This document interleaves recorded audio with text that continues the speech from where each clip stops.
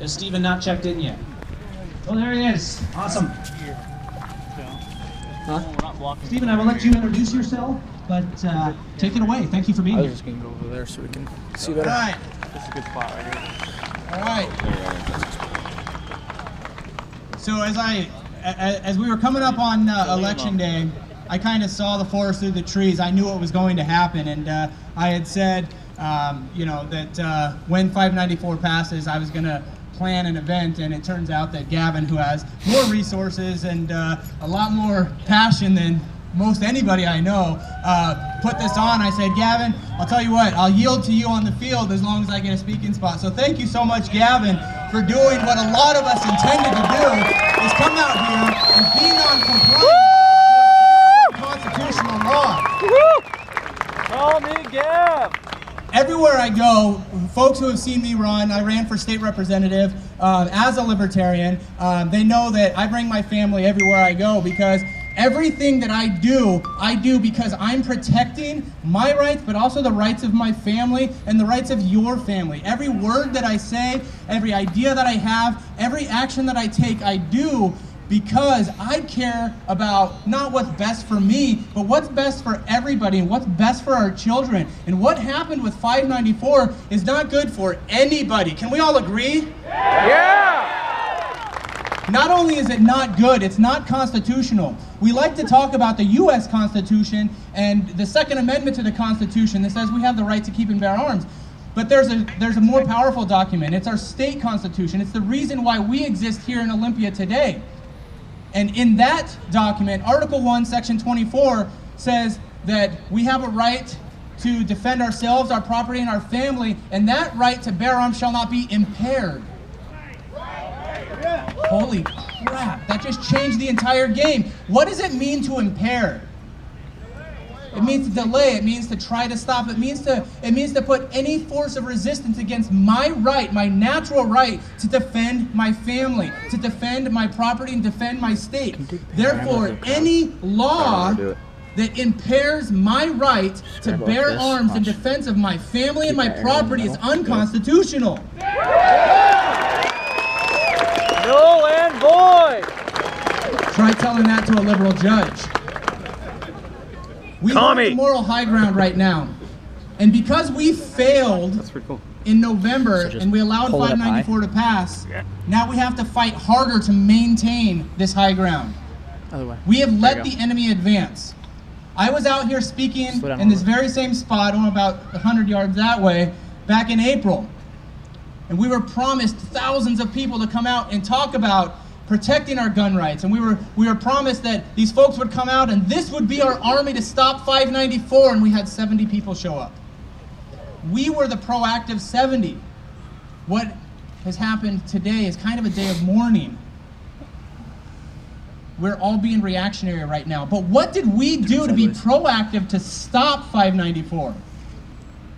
Oh wait, sorry. Not enough, not enough. What are we going to do tomorrow? Are we going to continue to be reactive, or are we going to stand up and say enough? And are we going to get off of our couches, get off of our keisters, and are we going to actually take the fight to the enemy? Are we going to advance the line from the strong moral high ground and actually take that out to some reality? We have to stop them from putting these laws upon us, these unconstitutional laws. And when we are passive and when we are inactive, that simply does not happen. Whether you're Democrat, Republican, Libertarian, Green Party, Socialist, you're not going to get anything done following your beliefs if you're not active. Who do you think the active individuals were before November? Unfortunately, it wasn't us.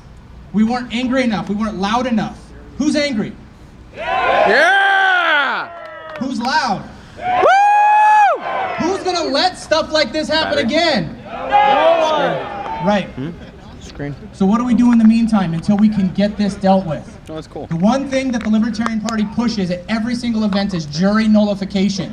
Not a lot of people are clear with what that concept is. No victim, no crime. It doesn't matter what the law says. If it violates natural law and you are on a jury, follow natural law. I don't give a crap what it says underneath that dome. You know what's the right thing to do. If you're on a jury, nullify by legal precedent through jury nullification, right? I want everybody in here to turn to a stranger, turn to a neighbor, and promise to them, make a pledge right now that if you are on a jury and they are they're under prosecution for anything 594 related, that you will nullify in the jury box. Make that promise to a neighbor right now. I will know. I already said that a long time ago. That's given. That's a given. My name is Steven Nielsen. My time is up. Thank you all for being here today. Do not stop fighting. Defend the high ground. Thank you, Steven. Awesome. All right, is Mac Worley here? Mac was supposed to be up here, and I don't know if I've heard from him today. So if Mac, if you are here, shout out at me. You haven't checked in for at the tent yet. If not, we will move on and maybe sneak Mac in a little later. Where's the Mac attack? Okay, how about Alden Morris? That's next up. There's Alden. And let's get him up here. Alden's going to give us a little history. He's going to talk about the evolution of weaponry. Oh, yeah. America. Alden Morris. America. Fuck yeah. How's it going, guys? So today I want to speak about the evolution of weaponry and today's infringements. Sounds good. In 1718, prior to the Revolutionary War, the first machine gun was invented. Designed by James Puckle, a British inventor, lawyer, and writer, the Puckle gun was capable of firing 9 rounds per minute via a flintlock revolver. Although the weapon was designed to prevent enemies from boarding ships belonging to the British, it nevertheless proved the evolution of weaponry. In 1775, American patriot David Bushnell invented the turtle as a means to attach explosives to British ships stationed in harbors just prior to the Revolutionary War. The turtle was the first submersible craft with a documented record of use in combat. Designed to be used against the British Royal Navy, even George Washington provided funds and support for the development and testing of the machine, regardless of his doubts. With the evolution of weaponry in mind, the Founding Fathers wrote into the framework of the Constitution of the United States, "shall not be infringed," for one specific reason: to ensure that the citizens of the United States would have the adequate tools available to them to repel enemy forces, both foreign and domestic. With time, however, the words "shall not be infringed" began to blur.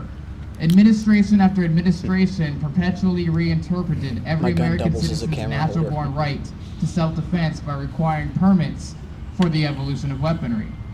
This infringement took off during the 1930s when the federal government proclaimed that average citizens shall not be able to possess automatic weaponry, or in other words, the 1934 National Firearms Act. Although the claim was to prevent the gangsters of that era from acquiring especially lethal weapons, it was nevertheless the first proof that criminals will not obey the law and that such a law only restricts the law-abiding. Shortly thereafter, the Gun Control Act of 1968 was passed, requiring citizens to obtain licenses in order to buy, sell, and trade interstate weapons. This was also the beginning of procedures that track the serial numbers of all weapons, another law that only primarily affects the law-abiding. Then in 1986, the Firearms Owners Protection Act was passed as a guise that every citizen's right to bear arms would be protected and restored if need be. However, all that bill clearly did was make it illegal for everyday citizens to own a machine gun or a weapon that fired more than 1 round at the squeeze of a trigger without proper government permission, or in other words, licensing. Then in 1993, the Brady Law was passed, requiring background checks for those who want a weapon, which again affected the law-abiding and their wallets.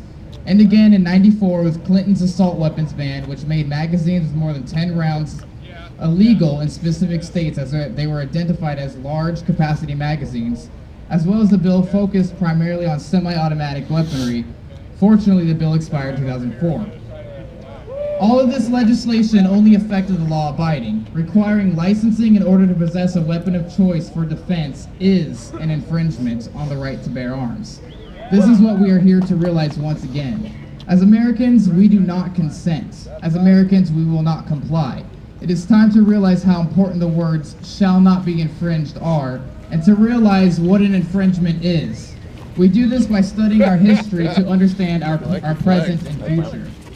The Founding Fathers never intended a standing army to be so well equipped because they experienced this firsthand.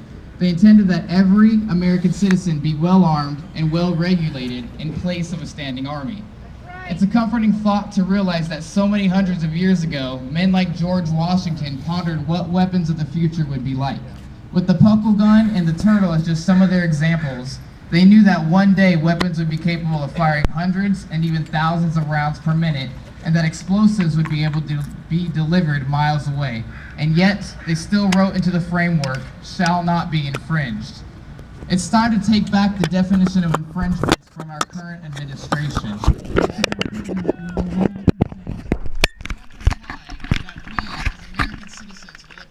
Will possess the weaponry available to us and render all unconstitutional legislation against this right null and void.